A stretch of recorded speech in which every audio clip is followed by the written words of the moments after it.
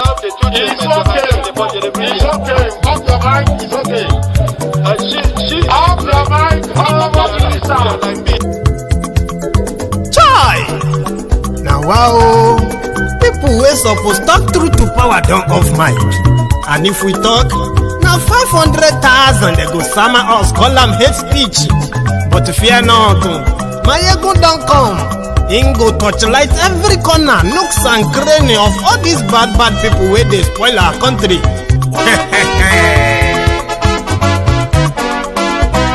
So my people make we laugh, oh yo yo. Maiyegun don't come, oh yo yo. My people make we shout, oh yo yo. Maiyegun don't come, oh yo yo. Maiyegun don't come, man of the masses, oh yo yo. Maiyegun don't come, oh yo yo. Maiyegun Diary Politico, oh yo yo. Maiyegun don't come, oh yo yo.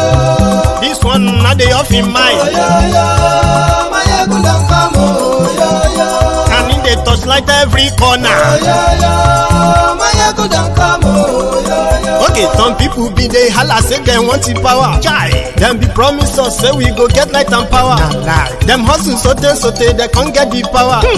But now they know they do anything with the power. Sure. Every day, dollar just they get the higher power over naira. Still them talk say make we off mind. But thank God say Maiyegun don't come. So my people make you laugh, oh yo yo.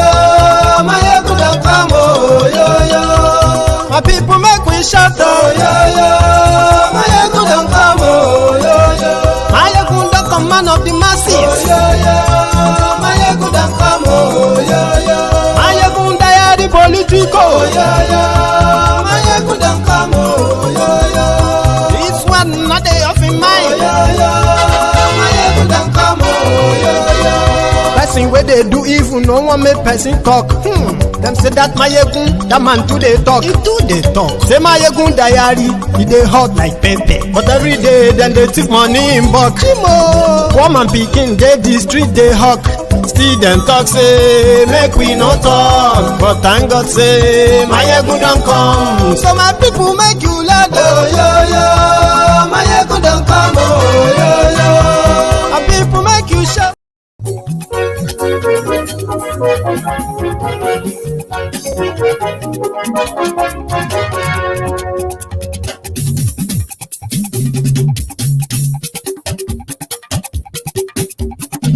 Maiyegun làwa mọ̀ làmọ̀ tó dòdòdò. Maiyegun Diary, Maiyegun number one. Hello there. Làwa mọ̀ làmọ̀ tó dòdòdò. Maiyegun Diary, Maiyegun number one. Maiyegun ti dé o, ọ̀rẹ́ ara yìí. Maiyegun Diary, Maiyegun number one. Good morning to you, good afternoon to you, and good evening to you from wherever you are watching from. This is Maiyegun live on the Sunday sermon. You are welcome. Àṣírí ọ̀jẹ̀lú kì í bò níbẹ̀ o. Maiyegun Diary, Maiyegun number one. Bó bá ṣe eré, àní Maiyegun máa wí. Maiyegun Diary, Maiyegun number one. Ó sì tún ṣe eré. Please share the broadcast, okay?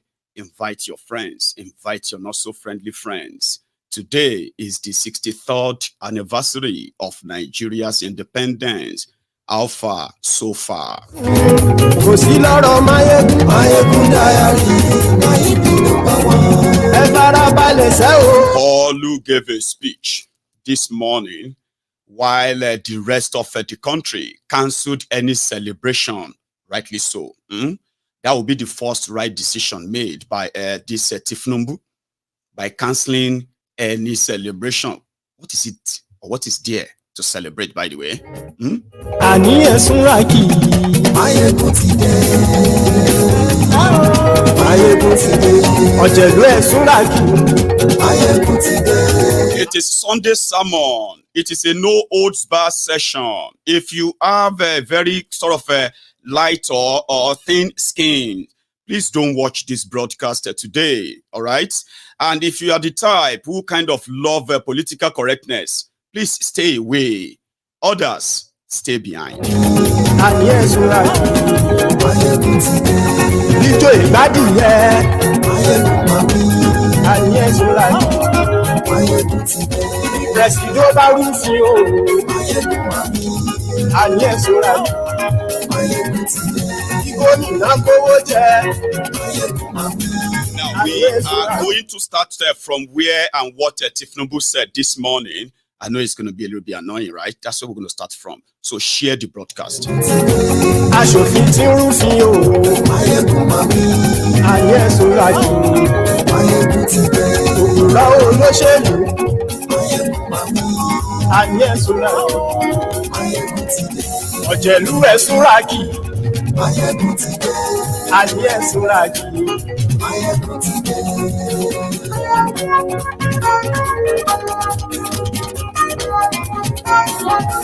Maiyegun ti dé. Motideo. So, good morning to you once again.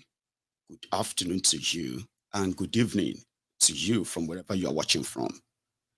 This is Maiyegun, the GO of the Temple of Truth, live.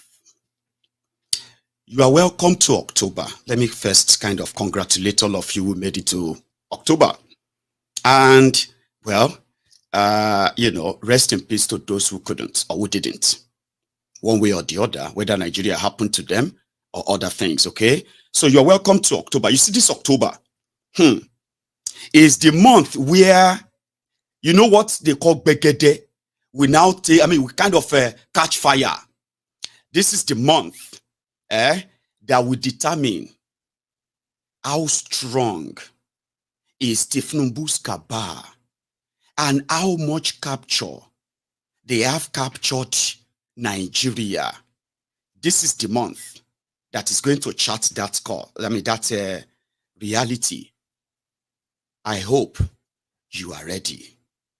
Whether Nigeria is going to go into a violent revolution, or whether Nigeria is going to begin the journey of total balkanization, or whether the owners of Nigeria, the current owners of Nigeria, the cabals, the criminals running things, whether they have actually completed the takeover. And all of these are just the side attraction. This month, October, will decide a lot. To start with, the George Maldonado of Chicago District Court has ruled that all records of Kolu must be released tomorrow, Monday morning, when they wake up, bam, in America. As in, a lot of us are going to plug in into the Chicago State University data they want to release, whether they were those we've seen before, or if there were more. If there are more, we are going to find that out tomorrow.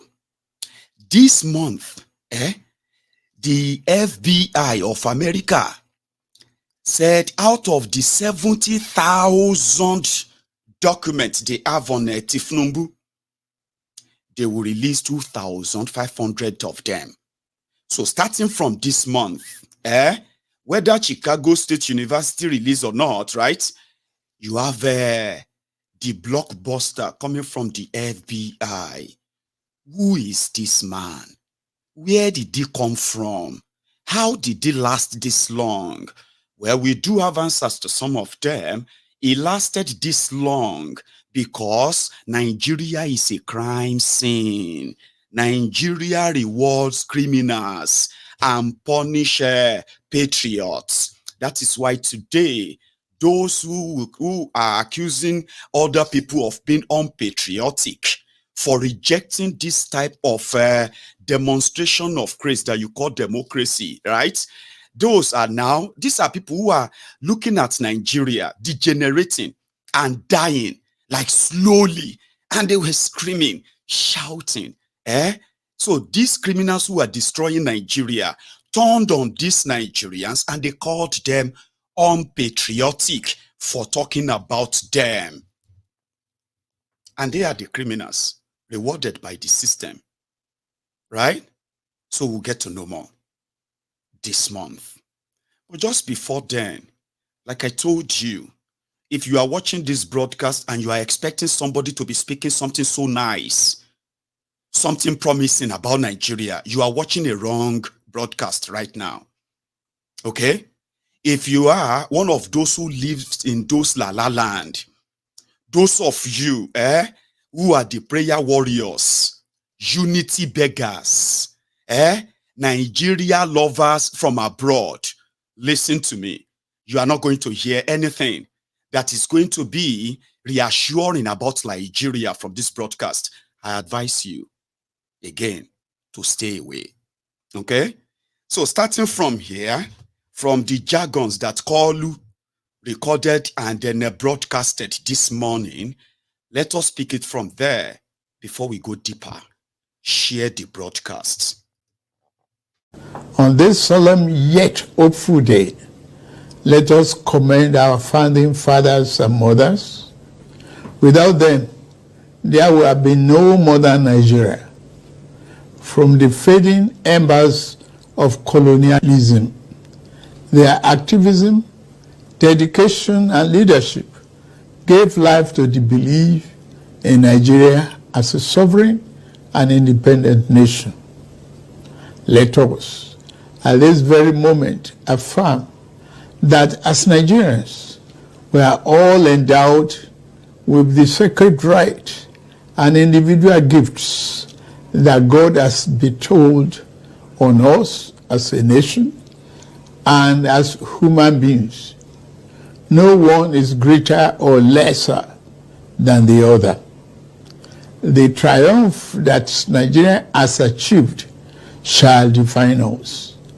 The travails we have endured shall strengthen us, and no other nation or power on this earth shall keep us from our rightful place and destiny. This nation belongs to you, dear people. Love and cherish it as your very own. Nigeria is yours. Nigeria is remarkable in its formation and essential character. We are a broad and dynamic blend of ethnic groups, religious, tradition, and cultures. Yet, our bonds are yet intangible, strong, invisible, yet universal. We are joined by a common thirst for peace and progress, by the common dream of our prosperity and harmony, and by the unified ideas of tolerance and justice. Forging a nation based on the fair application of these noble principles to a diverse population has been a task of significant blessing, but also serious challenge. Some people have said an independent Nigeria should never have come into existence. Some have said that our country will be torn apart. They are forever mistaken. Here, our nation stands, and here we shall remain. This year, we passed a significant milestone in our journey to a better Nigeria by democratically electing a seventh consecutive civilian government. Nigeria has proven that commitment to democracy and the rule of law remains our guiding light. At my inauguration, I made important promises about how I would govern this nation. Among those promises were pledges to reshape and modernize our economy and to secure the lives, liberty, and property of the people. I said that bold reforms were necessary to place our nation on the path of prosperity and growth. On that occasion, I announced the end of the fuel subsidy. I am attuned to the hardship that I've come. I have a heart that feels and eyes that see. I wish to explain to you why we must endure this trying moment. Those who sought to perpetuate the fuel subsidy and broken foreign exchange policies are people who will build their family mansion in the middle of a swamp. I am different. I'm not a man to erect our national home on a foundation of mud. To endure, our home must be constructed on safe and pleasant ground.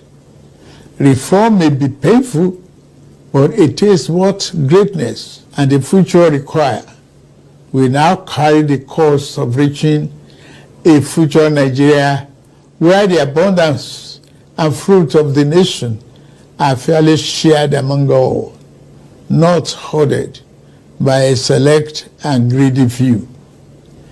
A Nigeria where hunger, poverty, and hardship are pushed into the shadows and ever-fading past.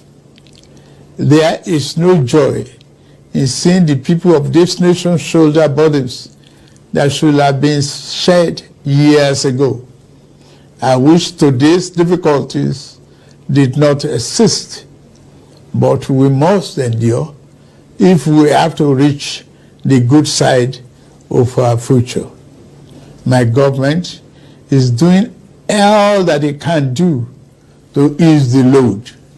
I will now outline the path we are taking to relieve the stress on our families and households.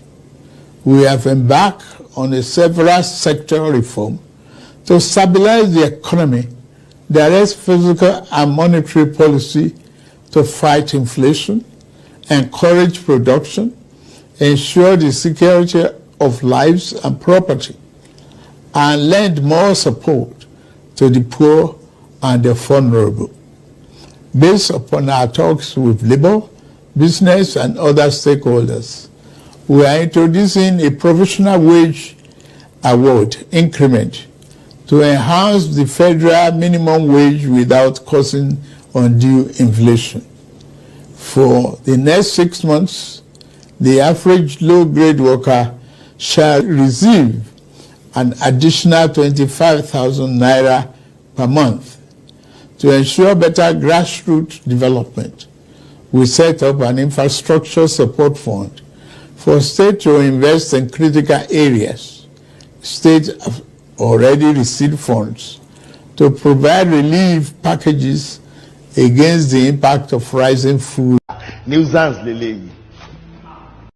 Nuisance leleyi. It is smoke Igbo. It is take Indian. Nuisance in it. So let us start from where he started. Did you notice that it sounded very sick as well? Maybe not very, very. Did anybody notice that?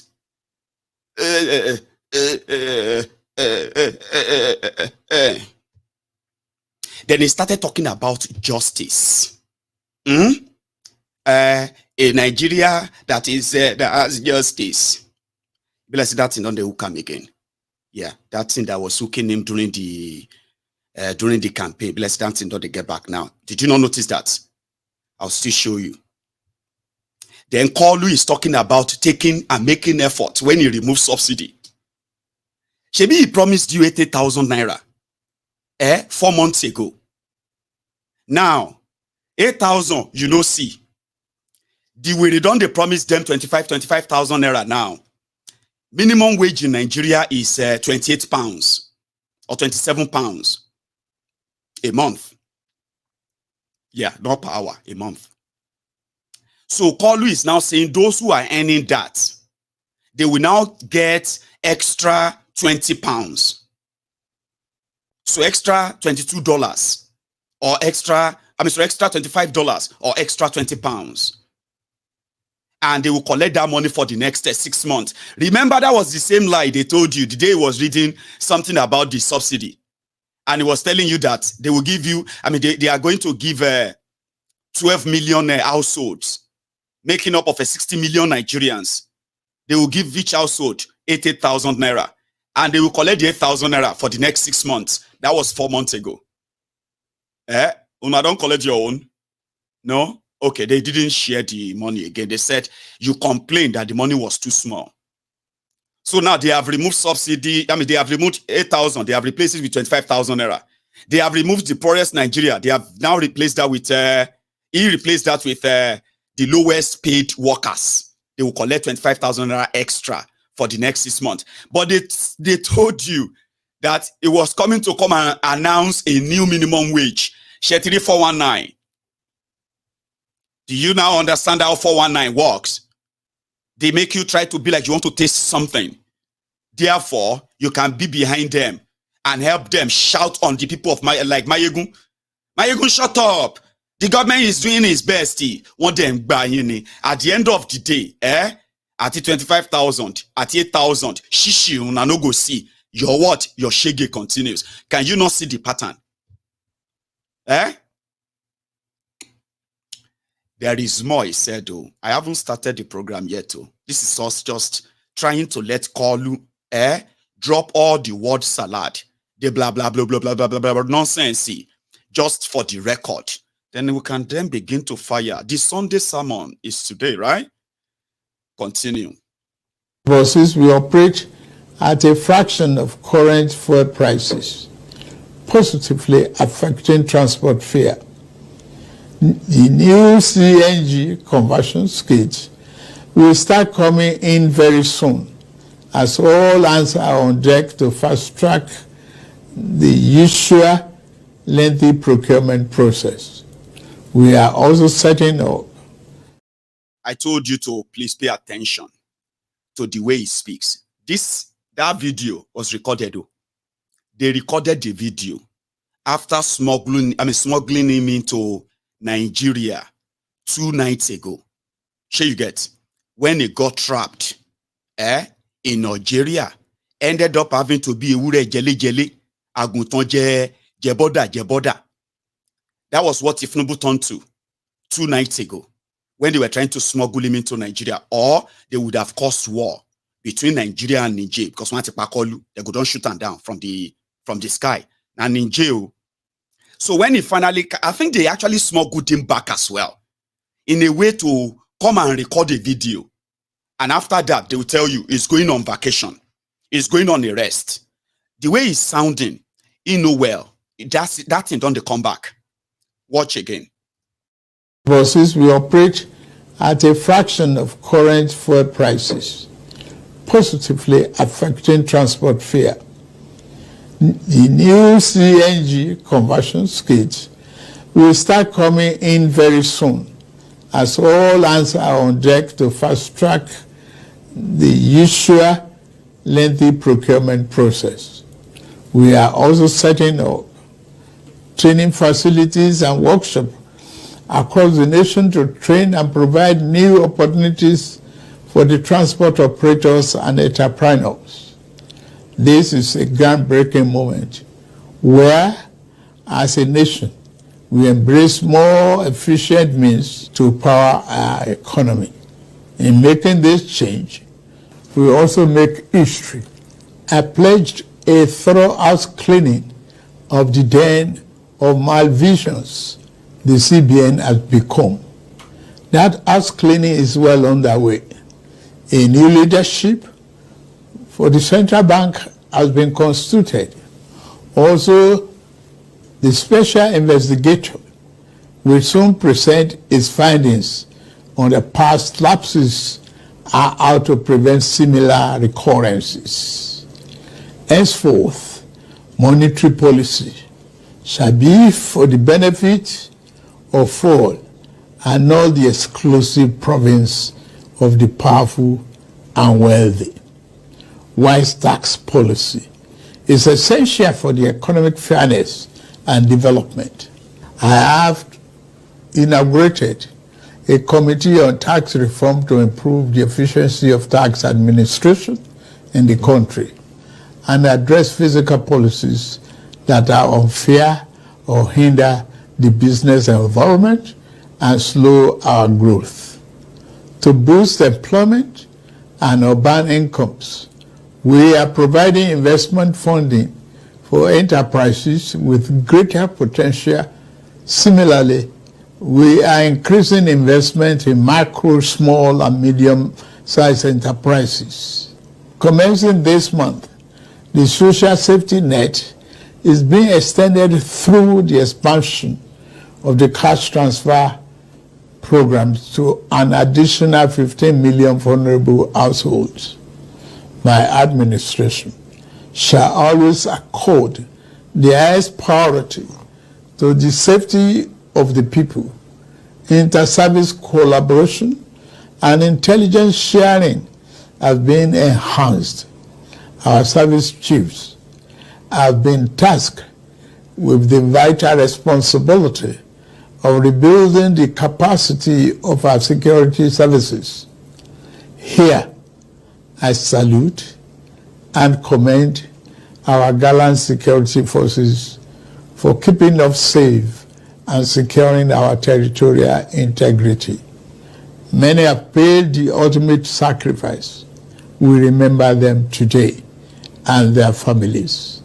We shall equip our forces with the ways and means needed to perform their urgent task on behalf of the people. We shall continue to make key appointments in line with the provision of Constitution and with fairness towards all men, women, youth, and physically challenged shall continue to be given due regard in these appointments. May I take this opportunity to congratulate the National Assembly for its role in the quick takeoff of this administration through the performance of its constitutional duties of confirmation and oversight. I similarly congratulate the Judiciary as a pillar of democracy and fairness. I also thank members of our dynamic civil society organizations and labor unions for their dedication to Nigerian democracy. We may not always agree, but I value your advice and recommendations. You are my brothers and sisters, and you have my due respect. Fellow compatriots, the journey ahead will not be navigated by the fear or hatred. We can only achieve our better Nigeria through courage, compassion, commitment as one indivisible unit.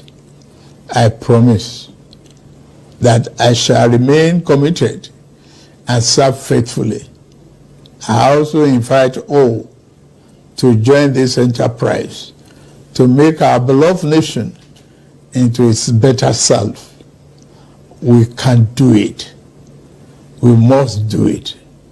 We shall do it. I wish you all a happy 63rd Independence Anniversary. Thank you very much for listening. May God. He don't cast, last, everybody go chop breakfast. So, Bajabia Mule, we saw your handwriting, and all the Jagbajantis that you made Kolu read. Now, let us now come to reality.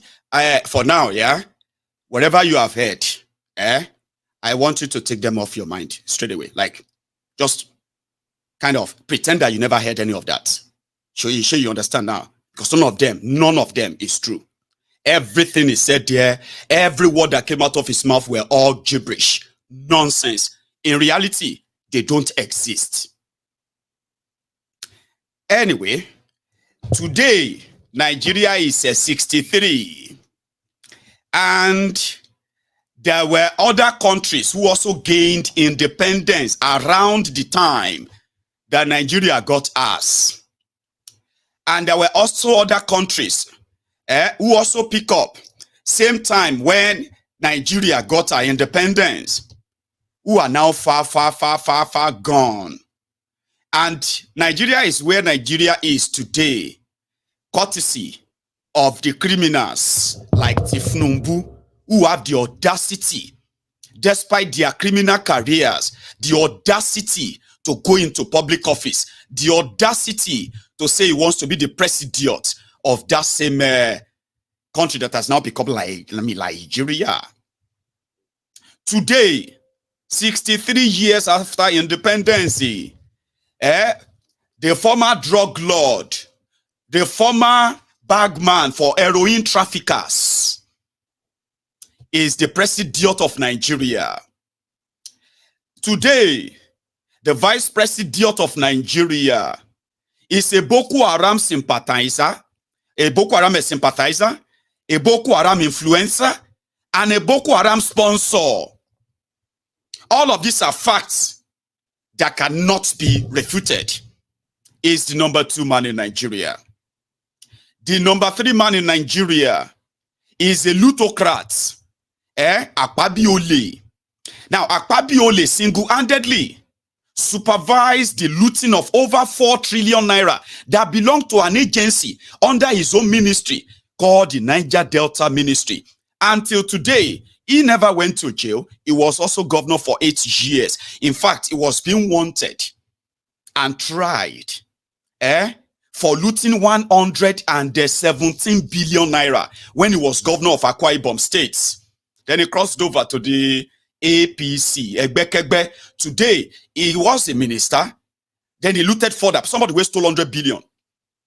Instead of going to jail, he was rewarded with a ministerial post under these criminals.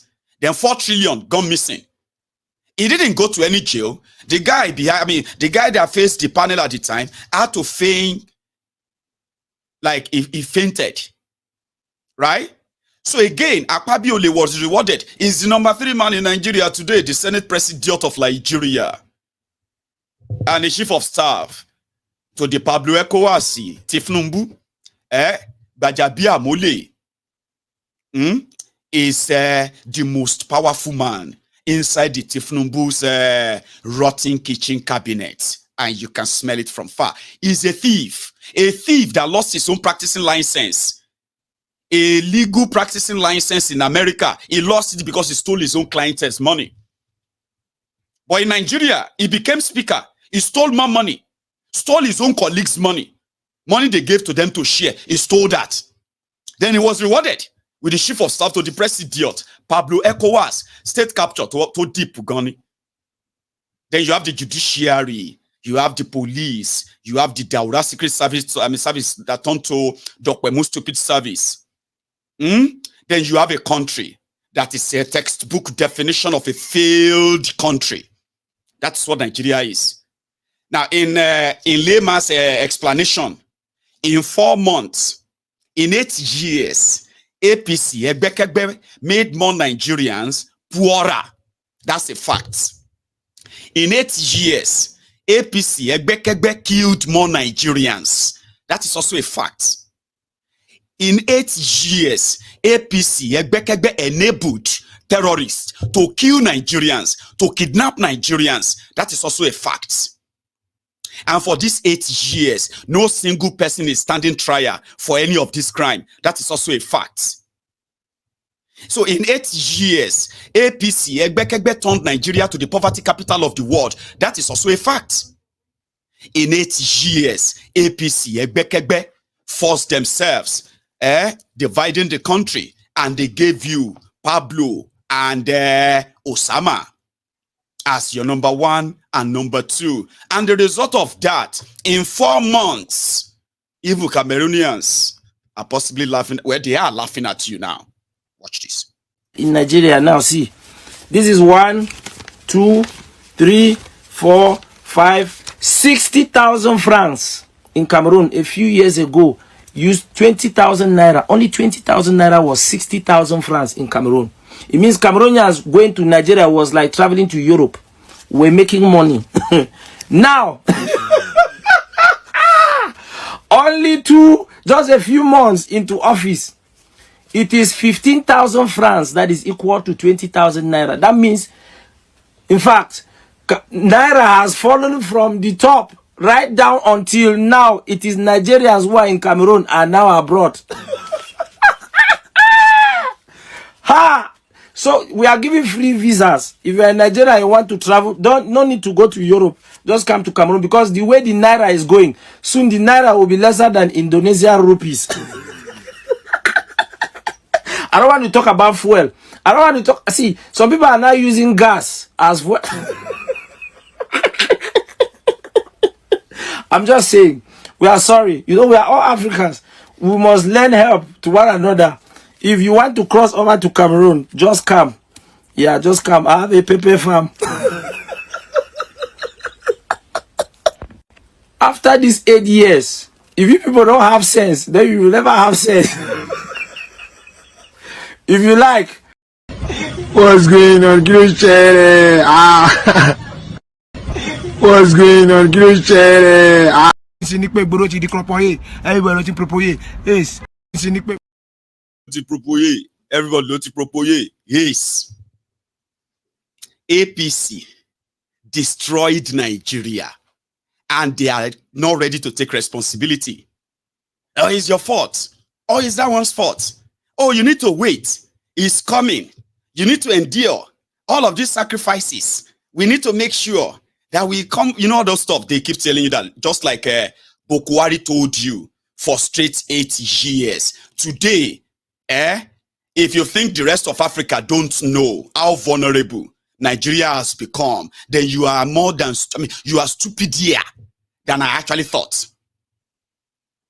If you are a typical one Nigerian, a unity beggar, and you think the rest of the world, Africa, they don't know what has happened to Nigeria economically, and others, then maybe you are more stupid than we actually thought. Nigerian leaders are like accursed people, but they are not alone. They also have foolish enablers who are the citizens that actually fuel their existence. So the real battle is not directly at these criminals. It should be straight to the ways that are enabling them, the foolish ones. Yeah.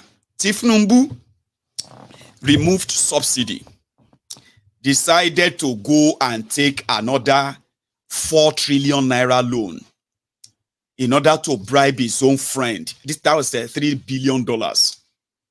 To bribe his friends who have now told him that if they don't have access to dollar, your petrol was going to go to God knows where. So they did you further. That is his own economic policy. Economic policy of APC. 63 years. And the population of 200 million people. My people, the accursed leaders that have been existing or that have contributed to the ruining of Nigeria, combination of all of them could only give Nigeria 2,000 megawatt of electricity for 200 million people in 2023. And they are working on the economy. They are working on this and that. And you believed them. It no matter how old you are, if you are a fool, Baba, you will be a fool. Because you see, foolish people, as we say, as we all know, foolish people also grow old. That you now, you are talking to an elderly. Who call you an elderly? Because you are what? Because you are older. Does that then make you like an elderly person? Not today. Where we have seen foolish, greedy, selfish criminals, young, foolish criminals who have grown to gigantic, maniacs. So you won't come the claim age. Foolish people, they grow old. No be every person wey hold you suppose they say lesser. You suppose they kneel down. You suppose they what do you call it? You suppose they prostrate greet. Sometimes you need to hear them speak. Let them open their mouth. And then you realize that agba okogbon olofo lawon eleyi, awon agba ofo yen leleyi. And don't ever feel guilty about it, because they exist. Foolish people grow old. Fair criminals also grow old. If no be so, career criminal like Kolu, is he not over 80 now? And he's still lying about that. Abi? Because he is a career criminal. Everything about him is false. Everything about Ifnumbu is lie. Everything around him is fraud. So that he is now older. Respect elder. You need to respect your elder. Ogulo makpa elo makpa wat àwọn elder. Shami. Tu ba bekpe fún ẹ ó yẹ kó shami ni o. Ma lo ma wo pé bóyá pé àti wo náà because èpè yẹn máa mú ẹ sha ni. Olórí burúkú ni. And we know you very well. How you can turn things around and then begin to actually attack the victims of your irresponsible criminal leaders. We know that. But ba shake pe fún ẹ, ba ti mú fún yín bẹ́ẹ̀ yẹn kó má ṣàmì ni tó bá fẹ́ ṣòfò. O de má ṣòfò ẹ tẹ má ṣòfò òun náà. Because òfò náà sìn báyìí sìn. Ó ti ń kwara ló ti ń kara oko báyìí. No be so? So, Nigeria of 63 years, no electricity. And there will never be any electricity in Nigeria. Kò ń ṣe pé. Kì í ṣe pé. Take a look at those who made it impossible to have electricity. Take a look at those who are promising to give you electricity. And tell me the difference between them. Tí o bá kí ń ṣọdẹ. I'm talking about tó o bá kí ń ṣe àpọ̀dà. Tó ponú tó pò fún. Tó wá gbé mú.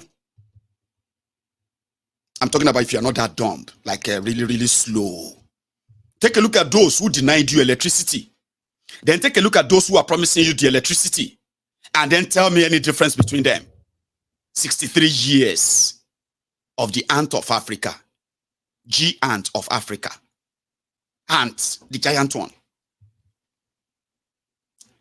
In 63 years, with the wealth coming from natural resources like gas and crude oil, which has turned a backwater country like UAE, Dubai, in 1990 to the choice destination of all these ashiris that are ruining Nigeria today. 1990. UAE, Dubai, that all of you are going, or they ban you now from going.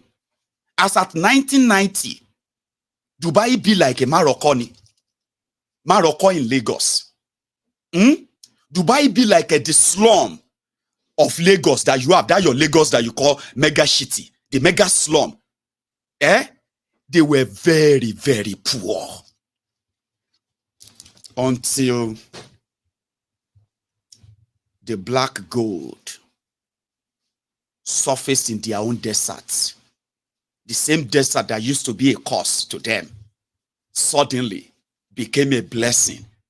Dubai or UAE, they are so rich right now that they can artificially make rain fall in their country, on their desert. Nigeria cannot drink clean water. 63 years after independence, Nigerians have no access to clean water provided by the government in their own country. Dubai, as at 1990, Nigeria was already how old? 30 years old as at 1990. Abi? 1960. 1990. Which means Nigeria has gained independence. They've had a chance of utilizing their resources to better our future, to better our lives. And generations like myself and those who came after me and those that are coming after them, those before us, they would have met a functional country that is indeed home that you can call your country. They didn't do that. 30 years. Then from 1990 to year 2000, then year 2020, 30 years after 1990, that Dubai is now taking in stolen money from Nigeria. There are Nigerian criminals who will never provide electricity, provide healthcare, provide education, provide good roads, provide infrastructures that actually looks like that of Dubai. They are taking the money for the road, money for the hospitals, money for the schools, money for this, money for the security. They are taking them to the same Dubai now to buy multi-million dollars property. Why they left Nigeria to remain as that backwater 63 years. I mean, a military chief, Buratai the Butcher, the former chief of staff of Nigerian Army, who was also sent to Benin Republic as an ambassador. Buratai the Butcher, who was meant to defeat terrorists in Nigeria, became so rich that he bought for his 2 wives properties that is over 40 million US dollars. Is there. The fact is there. Under Bokwari, the criminal. You know what they said? They said Buratai the Butcher was a snake venom merchant. Orueju. They say Buratai the Butcher uncle. He may be a general. He may be a civil servant. Do you know what? Do you know what it takes to become a chief of army staff? Do you know how much? So chief of army staff get $40 million to buy properties in Abuja. And Olori Brukuni, without people like you speaking for them. These are people that are supposed to be in jail. Nigerians are being slaughtered and killed like they don't have any government. Okay? The people who are supposed to keep them safe, they are using the money to buy properties abroad. The same victims of that insecurity, they are on social media saying, my friend, do you know how much money? Do you know how much they said a liter of snake venom? They said Buratai the Butcher is a snake venom merchant. They said he has a snake farm somewhere in Sambisa.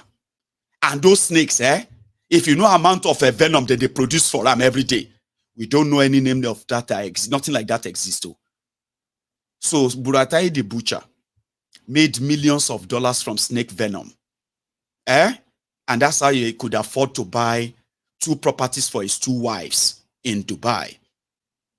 It's not different. A system like that. A system that couldn't give you security. The criminals that could not give you everything that is there, right? And then they turned around and said, you need to give us time. Okay? Everything is coming back. We are working very hard to give you electricity 63 years after independence. We are working very hard to give you an economy that is actually going to create jobs for the young people, the army of unemployed and mostly unemployable youth of Nigeria. It's coming. They keep giving them. It's coming. It's coming. You need to be patient. It's coming. And you are seeing them gambling away your lives right before your very eyes. And it's kind of really shocking sometimes to say, where did they take all these people down? This poverty is strong. This fear is strong. And on like that, you keep wondering. 63 years after independence. One ashiri like that. Last night, after the end of that broadcast last night, I went onto Facebook and I decided to go and read some of the comment. Unexpectedly, it didn't take long before I saw this woman, Wana Shiri, that I probably didn't have time to kind of research on. You know what she said? Out of all we discussed on the program last night, right? She was like, what is the problem of all of you people? Why don't you come back home to Nigeria and come and make the changes here? Instead of you sitting abroad, you people are the problem. I was like, Sheribai. Somebody who removed subsidy, thrown your economy into a chaos, loss of jobs, loss of businesses, loss of revenue, including the value of your currency. That one is not the problem. Okay? Now, people wait there abroad, they are the problem, and they should come back home. Nobody is coming back home. Listen. The truth of this is this. You are shearies that are always peddling this kind of narratives. Day by day, the Nigeria is happening to you day by day. One by one, As they will say, they go one by one. They go one by one. Shege that they are unleashing on you is naturally decimating you. It hasn't really sort of reformat you enough to have the courage of fighting back. But you see that strength of defending them. Day by day, it is drowning. Why? Hunger. No be anybody's friend. And you can pretend about everything. Alaye, you cannot pretend about hunger. Maybe for a while, it won't be for long. Somebody said, Maiyegun, we barely see all this Buhari idiot that turned to Bat idiot, the Lagos Abobaku anymore on your show. I said, Ebi long pa monomonoku. Ebi long pa monomonoku. Monomono is a snake. Now hunger they kill him. Here you get. He go starve and starve and starve and starve to death in silence. Ebi lo ma pa won ku. Iye to ba gbon nu won will begin to start speaking out and say, Omo, because I have told you before. You see the criminals across the leaders that you have in Nigeria. They are the people, or let me say they are the architects of your Ogun Idile. You know what we call Ogun Idile? That is what others call the village people. Hey, my village people. My God is bigger than you, village people. My village people nearly killed me today. Village people nearly destroy my marriage. Village people nearly destroy my this. Village people nearly made me have an accident today. Not the road, terrible road and all of that, right? So, a lot are now realizing that this Ogun Idile and the rest of them, the creators of your Ogun Idile, are the same criminals who are wearing Babariga and Agbada. Nigeria economy has shrunk so bad that people are suffering acute poverty.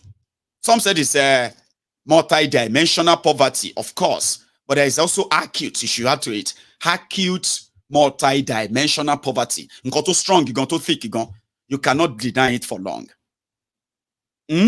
63 years inside Nigeria. Nigerians are living in refugee camp, and Nigeria know they fight war. Nigeria is not at war. Abi?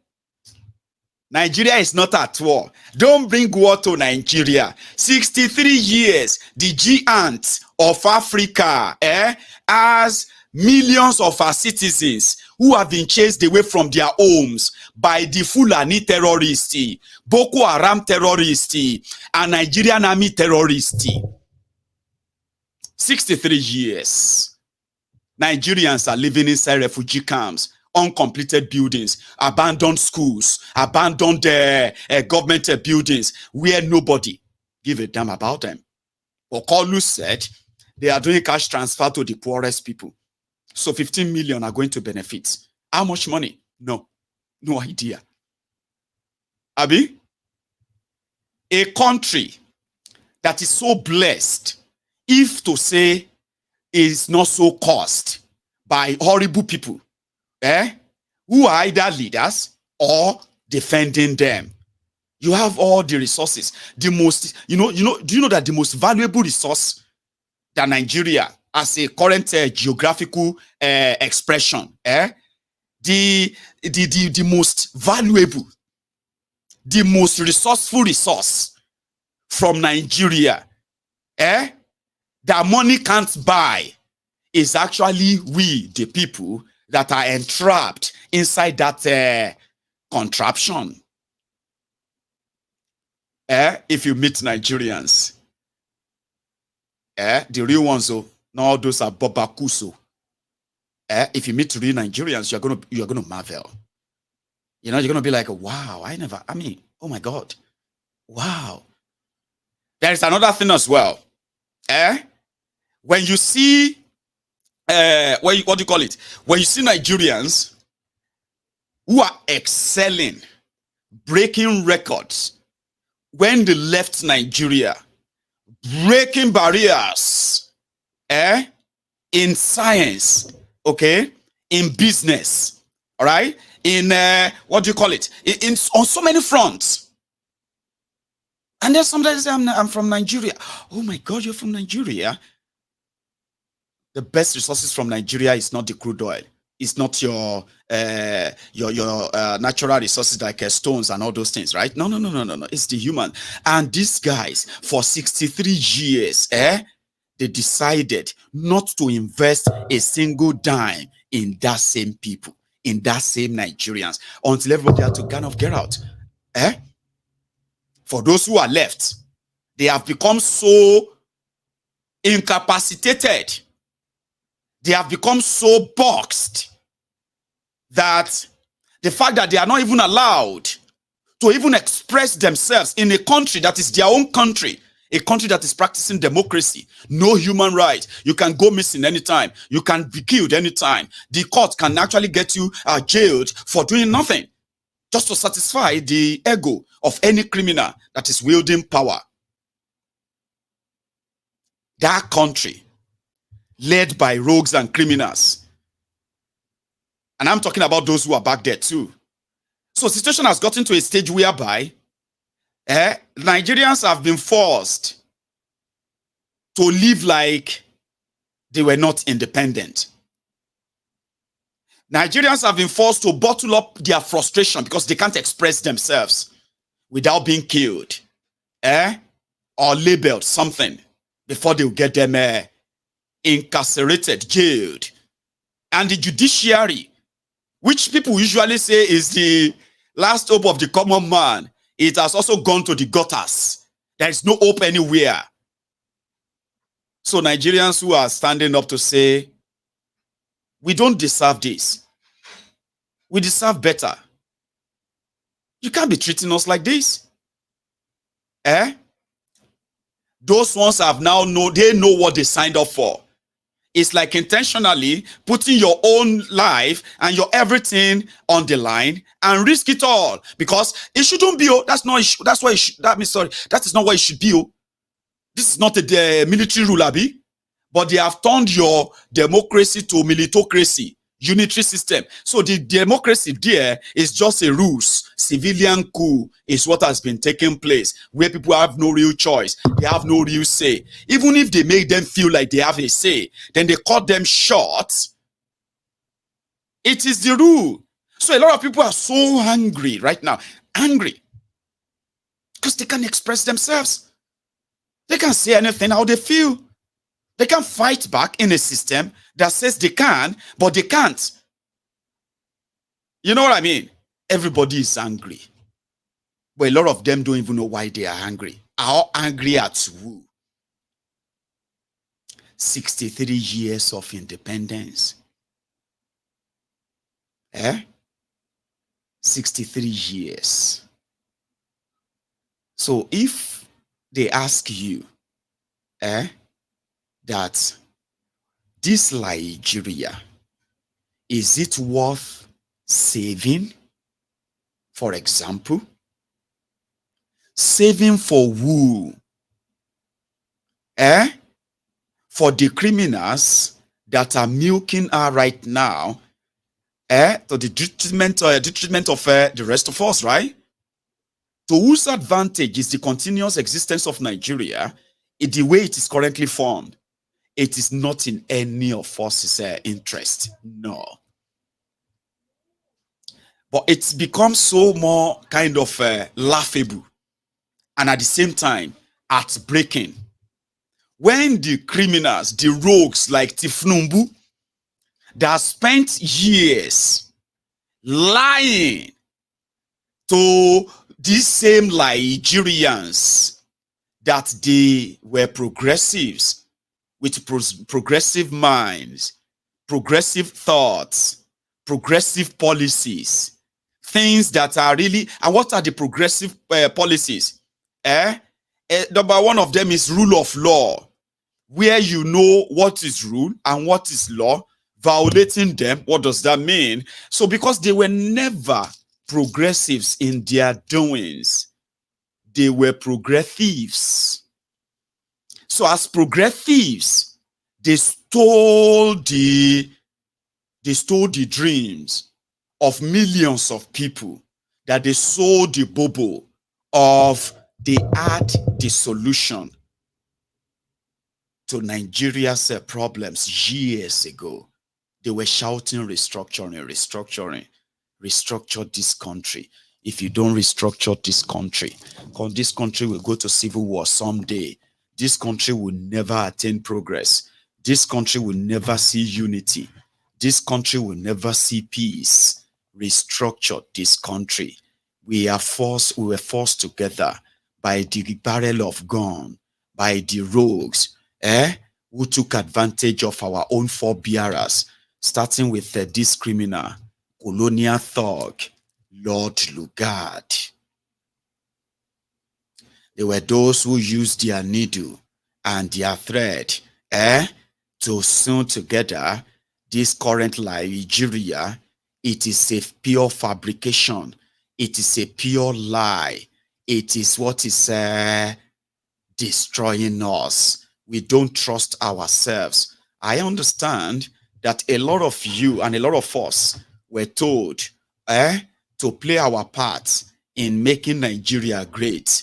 But for the past 40 years, all of us have seen that those who told us to be patriotic to one Nigeria, where people don't speak the same language, where people don't practice the same religion, where people don't practice the same tradition, their cultures are different. There is nothing in similarity among these over 250 ethnic nationalities that they sewn together inside this contraption called Nigeria. And because we don't speak our languages, we don't have the same culture, the same anything at all, nothing in common, ladies and gentlemen, we have always been suspecting ourselves. We have never, I'm talking about those who have shown it to us, had the chance of building a diverse society, a society where that you speak different language, that you speak, you practice different religion, you are from different part of the place, you all share something in common, and that is humanity. And in that humanity, your human right is yours. It is God-given right. You can determine how you want to live, how you want to be governed, what kind of country you want, and the rest of that. If that liberty is taken away from you, then you are not a freeborn. You are not a free person. You are just a psychologically enslaved and happy slave.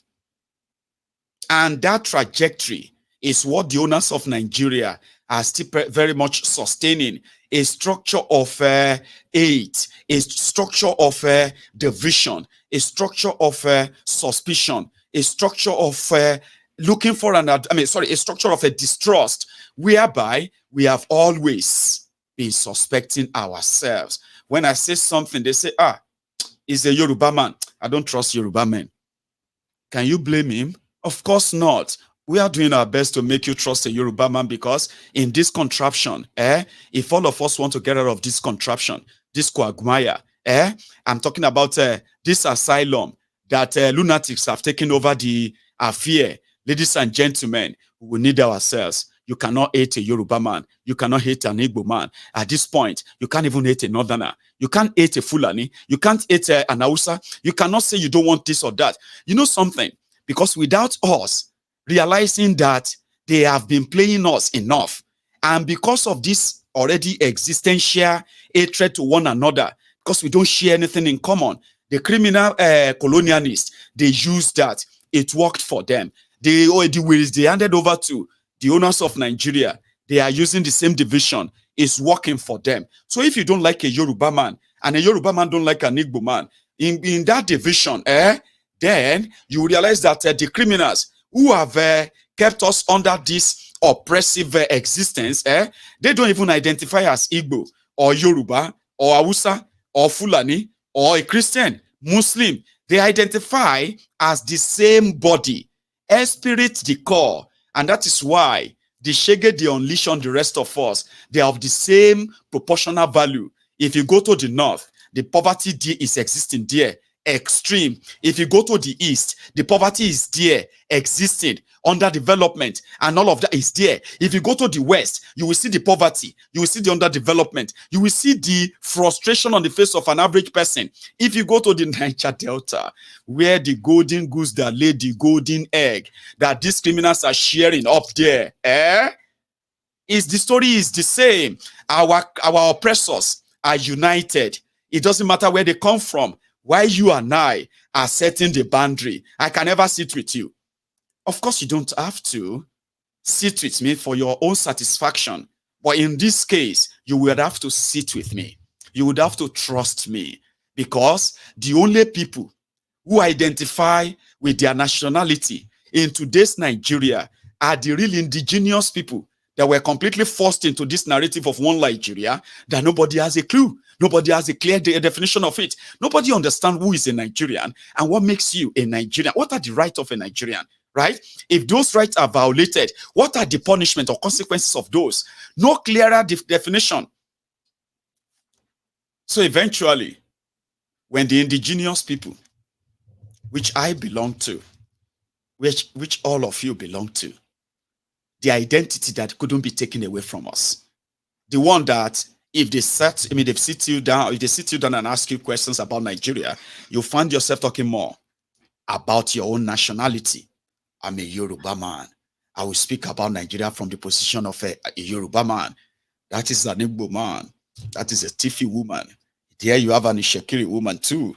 Now take over there. That's another, Ijo man there. Like that, like I said, right? You see everybody there and they will tell you about this Nigeria from the lenses of their own nationality.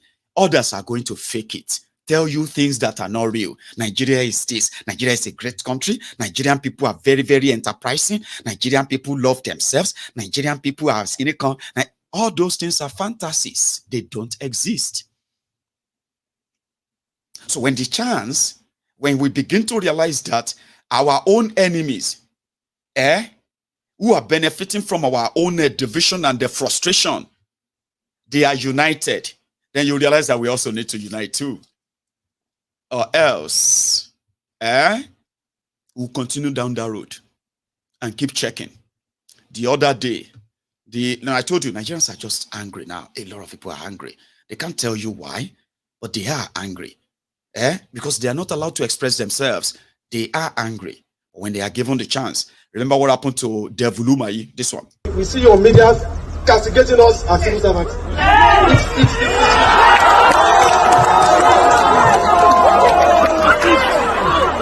It's unfair.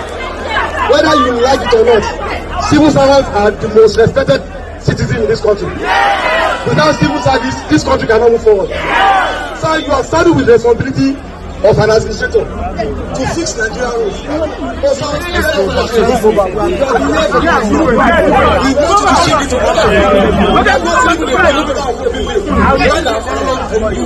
You kept on going around and castigating us. So we are not like that, and we cannot take that. So you see, what we want is that we as civil servants, you need to respect us in the first place. It is a must that you respect us. It's a must. Now secondly, you need to carry us along. You cannot do this work alone. And you cannot import workers from outside to do the work for us. It is not possible. So what we want is total respect. What we want to fix this nation. The Mr. President have agenda, a renewal, and we are here to fix it with this agenda. We want to run with the Mr. President. We want to make sure that this country is a beautiful country for all of us. We want to make sure that Nigeria is a country that we all of us can be proud of it. So we want you to swing into action, sir. We have told you right from the beginning, from day you came, that we are going to support you. How do we support you in this manner? Like I said earlier, you can't play the cat before the horse. You can't get a good result. If you had told us earlier, we love you, and told us your grievances, then we'll be able to pass it across to our members. And once we pass it, anybody that now default, like I said, they have laid down rules and regulations in the same service. You give query. It's one of them. You don't just come and say, lock the gate. So we are told, with due respect, this is not state. This is not.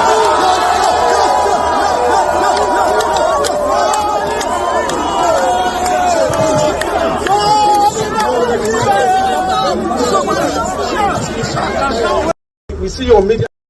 Voila, everywhere. 63 years of independence. Judiciary has gone to the dogs. Judiciary is now about the highest bidder. For the first time in my life, something I didn't sort of see coming. And that is the judiciary in Nigeria. During your presidential petition tribunal, I knew they'd always do their abracadabra. They always do their technicalities and all of that. But I never, for once in my life, expected the judges of election tribunal to begin to defend Tifnumbu. To begin to attack the opposition in their judgment. You remember that woman, one of those justices? She took it so personal that when I was listening to what she was saying, I was like, oh my God. Judiciary were defending Tifnumbu.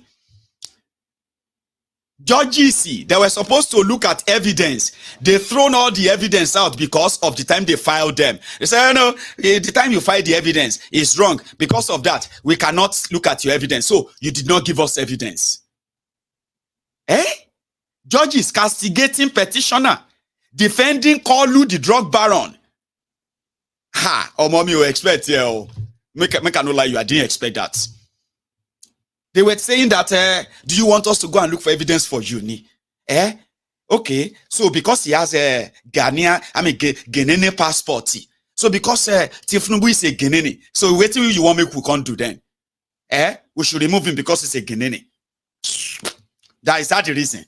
And the constitution says you cannot be citizens of two countries to be president of Nigeria. Judiciary said, what is a big deal about that? So because he said the passport has expired. So is that the evidence of him being a Guinean? So what else? We don't want that. But he also forfeited money. Criminal forfeiture for drug trafficking in America. This is the evidence. Look at you. So if Tifnumbu is your brother, will you be happy to see him being embarrassed like this? Now, Judge, they ask who? Judge you for election petition. No? So they are presenting evidence. Judge said, Chief Tifnumbu is your brother. Will you be happy that some people are ridiculing him like this, embarrassing him like this? Judge. Another one said, they said this a long time ago. It's over 10 years. Are you not a Christian? Did our Lord Jesus Christ not said we should forgive and forget? Judge, you. They talk about evidence and said, don't you have any spirit of forgiveness? Mugbe.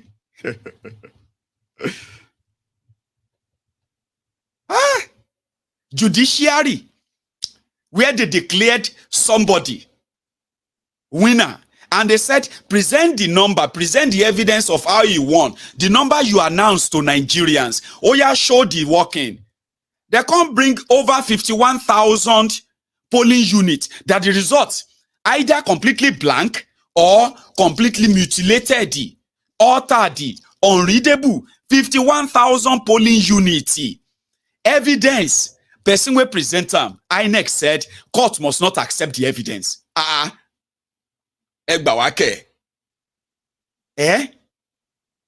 say give them evidence to prosecute their case. INEC gave them the evidence, the result. They took the result to the judges. My lord, look at all these documents. Look at all this evidence. Look at this and that. Listen, number one, INEC said we should not take that evidence from you. And moreover, the time you brought this evidence, we think say it's the wrong time. Okay? We cannot look at it. Therefore, no evidence. My lord, INEC no stamp. See, now INEC stamp. See the date, my lord. Now them. Sorry. No evidence. No evidence, Ike. No evidence. They started reading the judgment. And they started firing Obi. firing Atiku, firing Obi, firing Obedient, firing everybody, including Nigerians. They said, una they threaten judges. Where is that done? How dare you say all eyes on judges? What the hell do you mean? In this country, we call you Pablo ECOWAS is in charge. Oh yeah, now they draw the line. They say make the obedient, and Nigerians say can't draw the line. May they see who go wrong. They were threatening Nigerians. Baba, me already. I never see anything like I didn't see that coming. Olongbo. Tanko technicality, Babala Wefe, the plane driver, in 2019, his own technicality or what have you is for the mechanic to come and drive a plane. Tanko technicality, Baba, there is more that is lower than Tanko technicality. Judiciary, Juditon sharing. So where is the hope? You are going to wait, you see, this time next year, if Nigeria never start the process of that national conversation to say, she we still won't be here or we no won't be here, media start time, by this time next year, you are still going to be crying for no electricity. You are still going to be crying from poor infrastructure. You are still going to be screaming under poverty, extreme one. By this time next year, when Nigeria turns 64, if you have not japa and you are not dead, you will be in Nigeria watching Maiyegun like this. And then you will remember today that he said it last year. He said next year we will be crying again, lamenting. Baba, next year don't Jesus. Maybe we're better in time, break up Nigeria to save lives. When we say that, it sounds so brutal. It sounds so sort of absolute. No. Listen. We are not stupid like your leaders, okay? Those of us who are asking that break up Nigeria to save lives. I am going to explain that to you because we are not as stupid, or should I say, we are not as, or we don't have the criminal mindset like that of your criminal leaders who have made names and fortune from criminality and ruining and ruling and ruining you. To break up Nigeria, is a process that must be initiated for those who claim to love Nigeria. Nigerians are going to be continued to be killed, kidnapped. Nigeria is 63 years old today. Thousands of Nigerians are currently languishing in the hands of kidnappers, terrorists, who are actually either mutilating them, taking their organs, or collecting ransoms from their family members, or selling them off outrightly as slaves in their own country. 2023, the giant of Africa, Nigeria, 63 years old, almost one of the oldest independent countries in Africa. Ladies and gentlemen, you do not need any soothsayer to tell you that they have to initiate that conversation. Call it any name. National Sovereign Conference, restructuring conference, whatever other things you want to call it. You see, in that conversation, right? I have said this before. And this is the best one. And a lot of people watching me right now, they will be saying, Nigeria cannot break that way. I know. Don't share farabale. So that they will not say, now you they call for war. You see, when you talk about violence and the people that actually promote violence, that uses violence in the case of dialogue, it has always been the government. They have always been those that are easily triggered. When they see a crowd that they did not call out, they are triggered. They begin to wear war, warlike gears, give guns to their policemen and others to start shooting people instead of having a chat. They don't. They are the ones who always uses violence. So don't let us put the wrong foot forward. Okay? So that it doesn't sound like we are just charlatans loose talker, imaginary, what do you call it, enthusiast or so. Just so they know that we know that the breakup of Nigeria is in two phases. The first breakup that must happen and must happen right now, like as far as yesterday, is the breakup of a decentralization or decentralized Nigeria. When I say centralized, do you want me to explain what that means to you, right? Nigeria is one big giant fraud that is put together to appear like a country, that is put together to appear like it has a functional structure or system that sustains it. But what is this structural system or whatever they put together? It is to rob Peter to pay Paul. You following? They developed a concept to take all of the revenue resources, every major revenue earners, and then the natural resources, land here, middle, everywhere, belong to the central government of Nigeria. So therefore, whatever they make from that goes straight to them. And on behalf of the rest of Nigeria, the federal government of Nigeria will then share the money accordingly. Now, let's now go to sharing. The region that actually produces over 80% of the money that Nigeria and resources that Nigeria currently lives on is the southern part of Nigeria. And the biggest part of Nigeria by land is the northern part of Nigeria. The owners of Nigeria over time, since they were those who had the pencil and the eraser and the paper, Nigerians became nothing but a pencil and paper in the hand of the northern criminals and their southern counterparts. So they decided to start using that biro and pencil and paper to now divide that Nigeria and our resources sharing formula. The reason why Nigeria is existing today is because the southern Nigeria produces over 80% of the resources. The northern part of Nigeria is presented to have produced over 60% of the population. Therefore, the sharing formula will go straight to the biggest population, not the biggest revenue earners or contributors. This is what you call robbing Peter to pay Paul. This is the real reason you have one Nigeria. If you take that out, there will be no more Nigeria.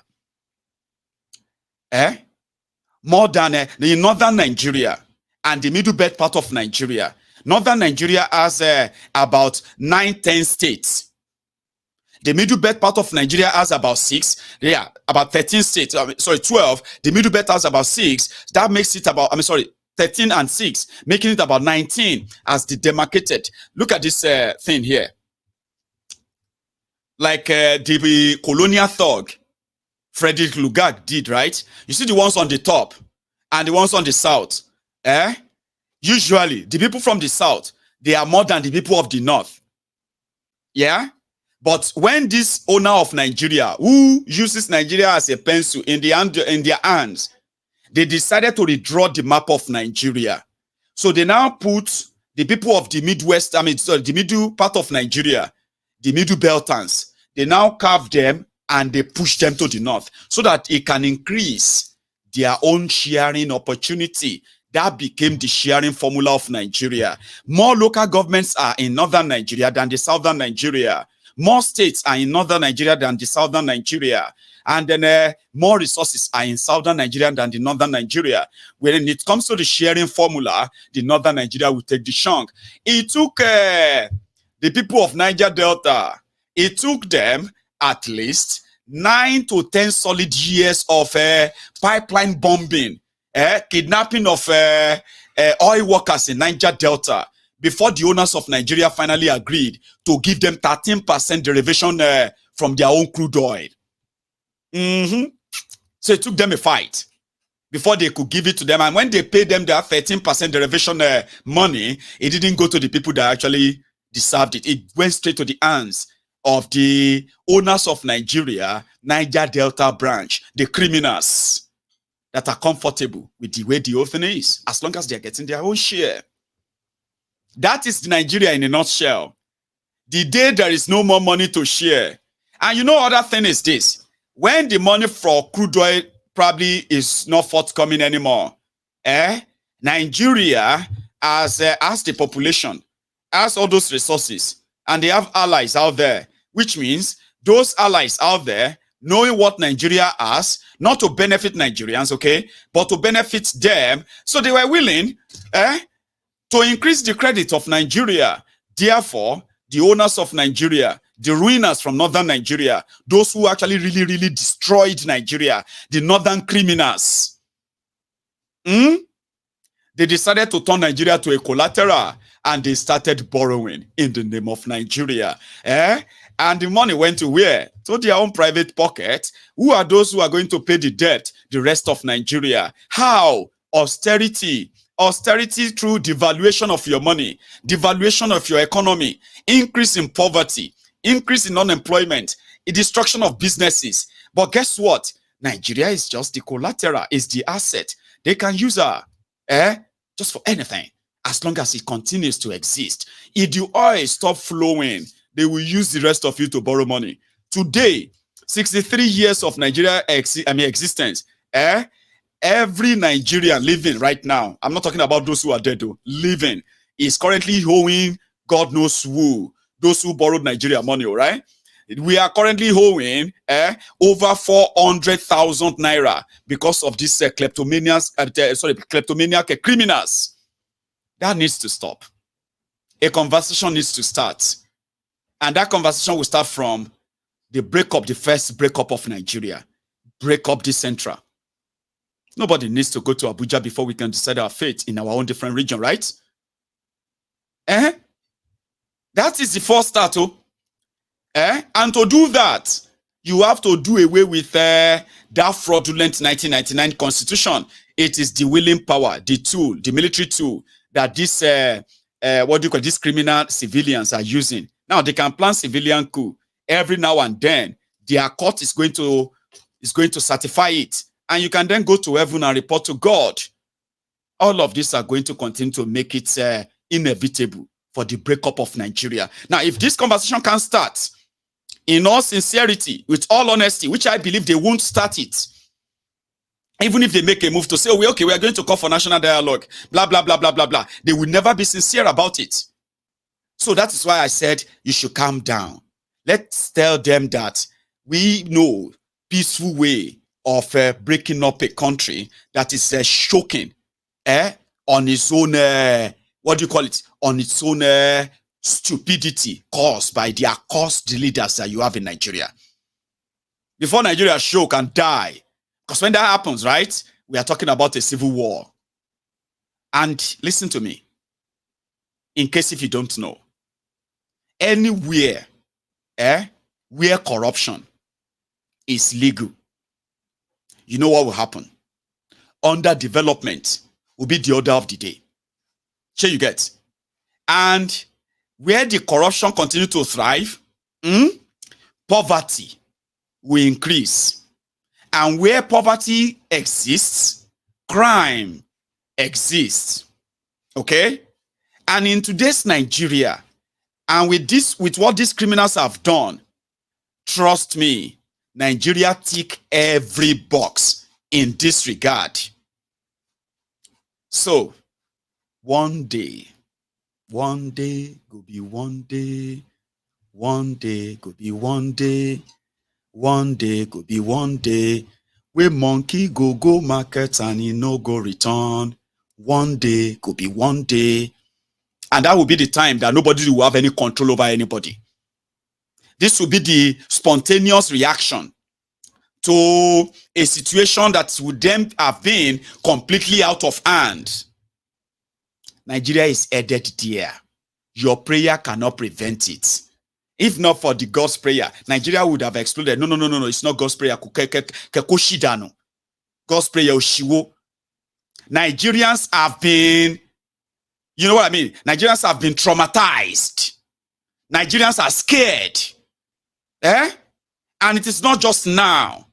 The entire system has made them realize that their lives are worthless until the day they realize themselves that the only thing Nigeria has left them with, the only thing they have now is just the breath that they are breathing.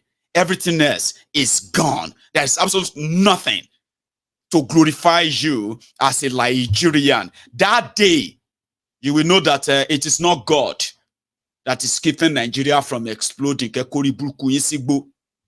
you blaspheme against God?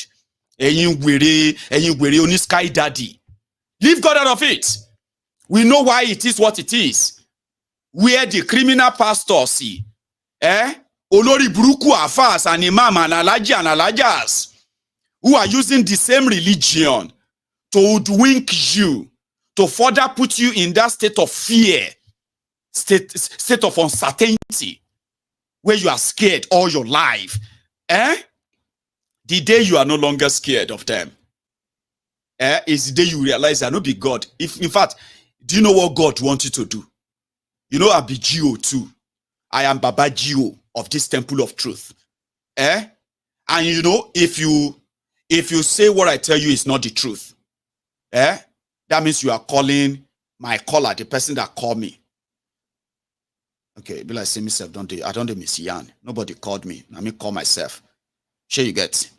So there's no point in blaspheming against whatever. But I'm just saying, with what I believe and the truth and the faith and the congregation that I have here, I have the personality of your GO, the general overseer. Do not say anything about what I say, like dispute it that way, because God, what God wants you to do is to go and grab all of these known criminals. Sure you get, grab them, drag them outside. Maiyegun DSS in court, don't worry. He that lives in you is more powerful than the one that lives in them. I am saying that to you. That's exactly what God wants you to do. God does not want you to blame him or tell him that he's the one that is keeping the contraption together. It is not God. I have told you, when we discuss this kind of thing, don't they bring down your sky daddy to it, because to me, now your sky daddy they bring. And don't pretend and tell me that Maiyegun don't talk like that about God. I have any. Shall have power at sky daddy any. To matter Nigeria. What is the difference? Between you and those who are saying you should pray for Nigeria? Leave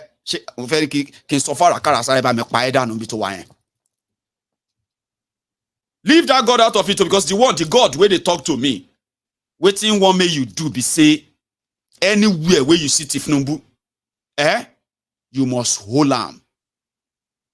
Somebody said, if you have a chance of sitting one-on-one with a Tifnumbu right now, what are you going to say to him?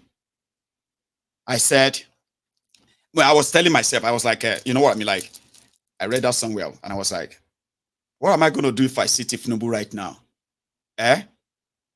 Well, I don't want to tell you, because what I'm going to do is not good. You know what I mean? I'm just going to be like, okay, I'll tell you. Fine, I'll tell you. If I see Tifnumbu right now, I'm not going to ask him about Nigeria. What's he concerned? I'm just going to say, Kolu, are you okay? And if he asks me, like, what do you mean? What do you mean if I'm okay? They pretend say you get a hair problem with your dementia. Are you okay here, internally? And if he says, yes, now, I'm very okay, very okay. Are you sure? I will just move to Ram, pull his shirt, drag him up,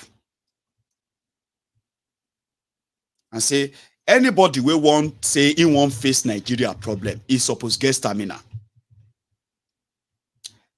So if I check him up like that, 2-3 times, if he stand, I'll come out and tell all of you. I say, Omokoluwa, okay, how strong you bashi believe law, kokolokpolo ni o. Opolo ti ku everything, gbogbo yen ti sọnù. You are being led by an half-dead, lifeless addict. And what are you telling your children? You are telling them that is what? Mandela. Abikile nso fa omo yin. Eh? So you're going to tell your children that this is Mandela. Abikilo maso. Eh? Abi King Jong-un. Anyway, like I said, I didn't want to tell you what I was going to do because somebody said, well, they asked somebody and he said, if I see Tifnumbu, I go beat him. No, you cannot beat Agbalagba. And you ask me, say what I go do one-on-one. Nobody did, everybody know did there be. But why? He said, I go beat him with the frustration with go on in my life, with the frustration of this economy, with what they have actually, you know what I mean? I was like, okay, fine. That's why you will never probably be one-on-one with him. That's why I will never be one-on-one with him. Can you move my back on Luso? Eh? Must sit down with somebody like this and say, very intelligent, sir. Number one, this one. And we are competing with armed robbers and the bandits to recruit from the youths who are unemployed. 33% unemployed.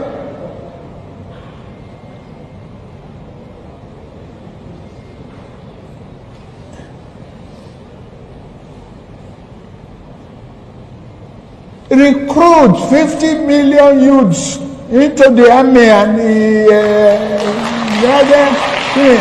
Take away from their recruitment source. What they will eat? Cassava, agbado, corn, and the morning, yam in the afternoon. It's growing here. You create demand and consumption. I don't want to sit here and reveal all my strategy. I'm the first speaker among the three of us running. So they will spy on me. So you will have a limited answer here today. Another day you can bring me back. But that's...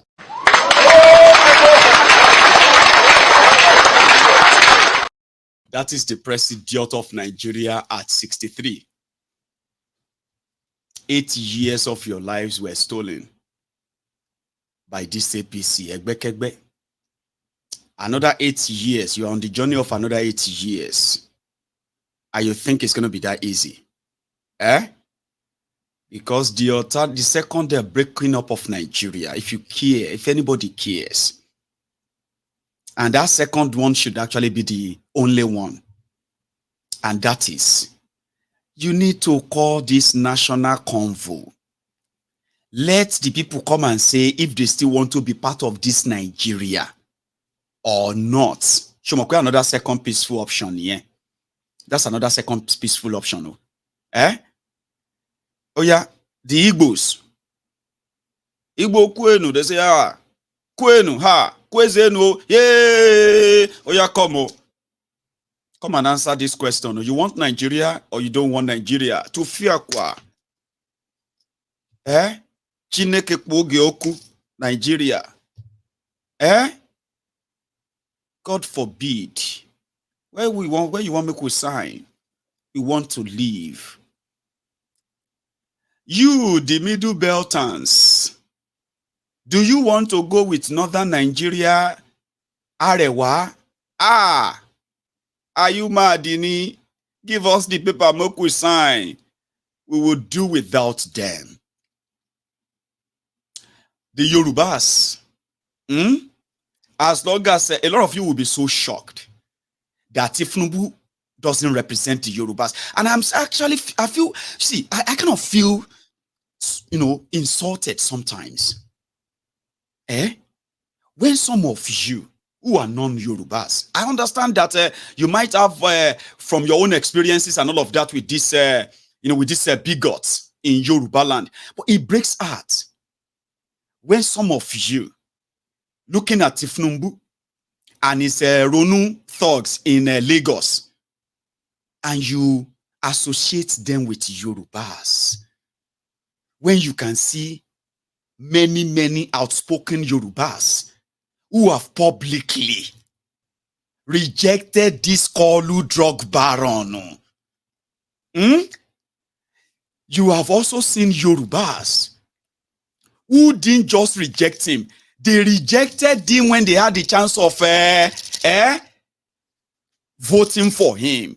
Then you will turn around, and when they're talking about Yorubas, you'll be like, but the Yorubas, I don't trust Yorubas. I don't need the trust here. I have told you, because I don't trust Arawano. I can deceive Arawani. Now deceive, we deceive ourselves. And that's why when you come on to MaiyegunSDiary Politico, you don't have to deceive yourself anymore. You know who you are, and you know who others are. And around that point, you also agree that we know they trust ourselves. Now mouth we they take even though these days now people are beginning to say, okay, you know, trust is a two-way, is a two-edged sword. Sure, you get. It simply means it has to be sharpened from both ends. It has to be equal. If you want me to trust you, then you have to trust me. And what do we mean by trust? It's not by saying it. It is what you do. Sure, you get now. It is no longer about do what I say. It is about please do what I do, not do as I say. You get the idea? When they call the Yorubas, you'll be shocked how many Yorubas, that the majority of Yorubas, they won't blink before they will go for their own autonomous region. You see all those stories. Some people, the Igbos, don't trust themselves. The people of Ebonyi, they don't trust Anambra. The Anambra people, they think say they are the best Igbo than the Abia people. They think say they are better than Enugu. All those talk, they have always been the normal political talks that they have planted. It is part of our division. It is part of the reasons why the conversation like this are almost never concluded. Because politically, for decades, they've planted those divisions, those rhetorics, and all of those conversational points like that. They've planted them in Yoruba land. They will tell you, the Yoruba minority. What do you mean by Yoruba minority? The Igbo minority. What do you mean by that? A Yoruba man is talking about the Igbos, and he's talking about the Igbos division. An Igbo man is talking about the what do you call it? Say, an Igbo man is talking about the divided Yorubas, the minority. Kilo coin, everything concern you. How do you know? I mean, who are you? To explain to us if we have minority, or who is minority, or who is majority. Same thing in the other part of Nigeria. I'm just saying that all these rhetorics, they've always been there. But if a conversation doesn't start, all those issues will never be addressed. And that is why it is called a referendum. So, referendum. You know what is called referendum? Referendum is when everyone would have a say. It is going to be a season of referendum. You see, those who have told you Niger Delta is different from the Igbos. Of course, we know the ethnic nationalities from every part of Nigeria. But there is something they call the similarity, proximity, sharing of this tradition, food, language, and other things. And then the closeness to one another. You can form your own country. We are going to have our own Niger Delta Republic. Calm down. We are not part of Biafra. Calm down. You see, when the issue of the autonomy for the Eastern Nigeria is about to be discussed, or the independence or the breakaway of the eastern part of Nigeria, including Niger Delta, the day the people realizes that they are better together, and a referendum can decide which arrangement you are going into with Nigeria, or with your own neighbor that is getting their autonomy, And you know one thing about this whole thing, when the conversation starts, if they entertain it at all, it will shock you with the level of acceptance of that particular breakup of Nigeria. Shebi, you know, say that one no cause any war now. Just conversation. Anybody we want join, they can join. Anybody we want join the Biafrans. If the Igbo says we don't want to use the name Biafra, we want to choose another one, it will be a referendum, a consensus, whatever it's called. I'm just saying, like, that is why you call it referendum. Everyone, every component part of a space that is going into that agreement, that arrangement, they must have a written part, an agreement that is always going to be open for negotiation, not the one that say Nigeria is not negotiable. Now who join us? We can sign and say we must not negotiate. So we should continue dying, killing ourselves, enabling corrupt people, legalizing criminals and criminalities. And then our children are being born into that same shito. And you said we shouldn't have that chart. This is me being kind of like having an intelligent conversation of how this can go. The moment it is there, you will see the caliber of people that will get involved. That means you want to start something. Somebody said they should restart Nigeria. Well, if you want to restart Nigeria, it should start from everybody doing their own thing first. Break it up from that center. Nobody say one Salau or Lamidi or Uche, because it's the president of Nigeria, is now given that power, right, over all of us, when we didn't give him that power or had that power. I'm just saying, there was never a place we had that conversation. Okay? But anything from this, Baba, let the corruption continue. Okay? Let the impunity continue. Let the state-sponsored terrorism continue. Let all the vices continue. You see where we are going? We are going to the point of no return. And that is the one I wish will never happen. But I am not in position to prevent it. Okay? The violence one. When Nigeria become very poor and become more lawless, you have read about Somalia, Abi? You have no idea what that means, Abi? Well, you've also heard about Libya with no government and all of that. By the time Nigeria arrive at that stage, Bokwari will be long dead. Obasanjo will be long dead. Yakubu Gowon will be long dead. Tifnumbu will be dead. A lot of them will be long dead. It go can't remain all of us here. We go can't ask ourselves, what will they do here? Do you understand what I'm saying? Majority of all these rogues who have been angling and angling to keep Nigeria where it is, they will be long dead. Now me and you, Musa and Maiyegun, Uche, and then Tom York, we'll be asking ourselves, what will they do for here? They say we are Nigerians. Are you the craze? Which Nigeria? How did we arrive at here? They say, oh, hey, stop shooting. Don't shoot again. Let me explain. Oh yeah, explain. Musa would they say, it is our forefather Ahmadu Bello, Usman Danfodio that said that I couldn't dafu what did Usman Danfodio. You know what I mean? They call it civil war. When we kill and kill and kill those who are left, they call say, Chico Lele. This one don't be with oh yeah, make all of us come, we can talk. We then talk. You don't need to believe me. With the failure of these guys, 63 years, they are enough for me to convince you. The failure of 63 years, they are so abundant and enough for me to keep telling you until we break up this shit hole. We are done for.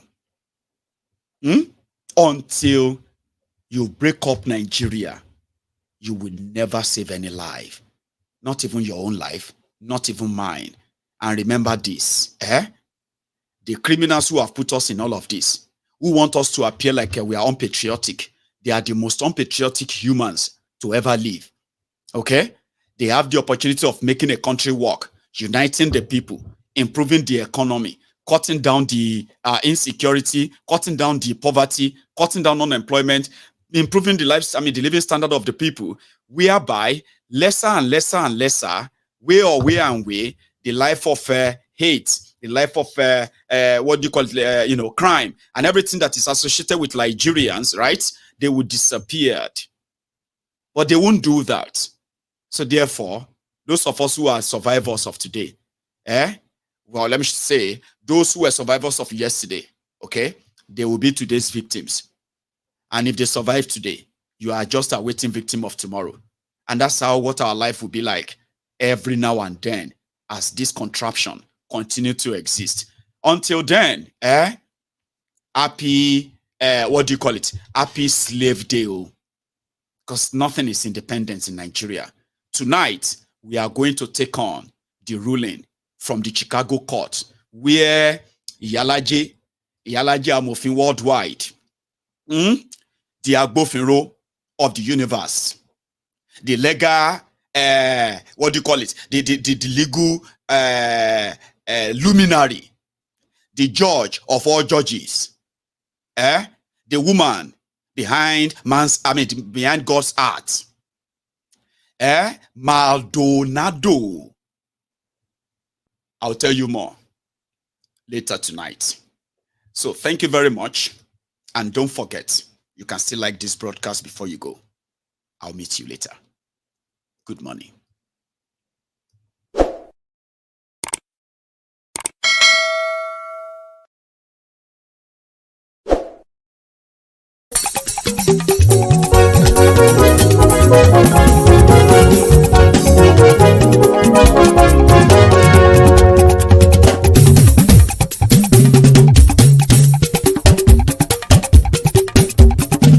Maiyegun làwa mọ̀ làmọ̀ tó dòdòdò. Maiyegun Diary, Maiyegun number one. Maiyegun làwa mọ̀ làmọ̀ tó dòdòdò. Maiyegun Diary, Maiyegun number one. Maiyegun ti dé o ọ̀rẹ́ ará ìlú. Maiyegun Diary, Maiyegun number one.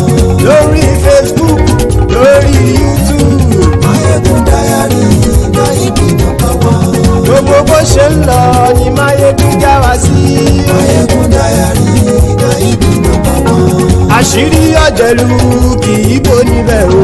Maiyegun Diary, Maiyegun number one. Bó bá ṣe eré àní Maiyegun máa wí. Maiyegun Diary, Maiyegun number one. Ó sì tún ṣe eré wàá gbọ́ níbẹ̀ o. Maiyegun Diary, Maiyegun number one. Maiyegun Diary, Diary Politico. Maiyegun Diary, Maiyegun number one. Godfatherism kò sí lọ́rọ̀ Maiyegun. Maiyegun Diary, Maiyegun number one. Ẹ farabalẹ̀ sẹ́ o kẹgọ́rọ̀ lẹ́nu o. Maiyegun Diary, Maiyegun number one. Àní Maiyegun làwa mọ̀ tó dòdòdò. Maiyegun Diary, Maiyegun number one.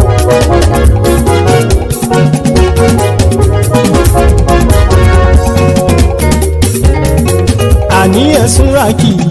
Maiyegun ti dé. Maiyegun ti dé.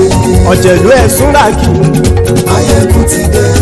Àní ẹ̀sùnra kì í. Maiyegun ti dé. Lórí Facebook. Maiyegun ti dé. Àní ẹ̀sùnra kì í. Maiyegun ti dé. Lórí YouTube. Maiyegun ti dé. Àní ẹ̀sùnra kì í. Maiyegun ti dé. Bọ́ bàbá gbé wúrẹ́. Maiyegun máa wí. Àní ẹ̀sùnra kì í. Maiyegun ti dé. Ijó ìgbádìyẹ. Maiyegun máa wí. Àní ẹ̀sùnra kì í. Maiyegun ti dé. Presido bá rúfin o. Maiyegun máa wí. Àní ẹ̀sùnra kì í. Maiyegun ti dé. Kí gómìnà kówó jẹ. Maiyegun máa wí. Àní ẹ̀sùnra kì í. Maiyegun ti dé. Ọlọ́pàá tí ń darí bá. Maiyegun máa wí. Àní ẹ̀sùnra kì í. Maiyegun ti dé. Aṣòfin tí ń rúfin o. Maiyegun máa wí. Àní ẹ̀sùnra kì í. Maiyegun ti dé. Òpùrọ́ olóṣèlú. Maiyegun máa wí. Àní ẹ̀sùnra kì í. Maiyegun ti dé. Ọ̀jẹ̀lú ẹ̀sùnra kì í. Maiyegun ti dé. Àní ẹ̀sùnra kì í. Maiyegun ti dé.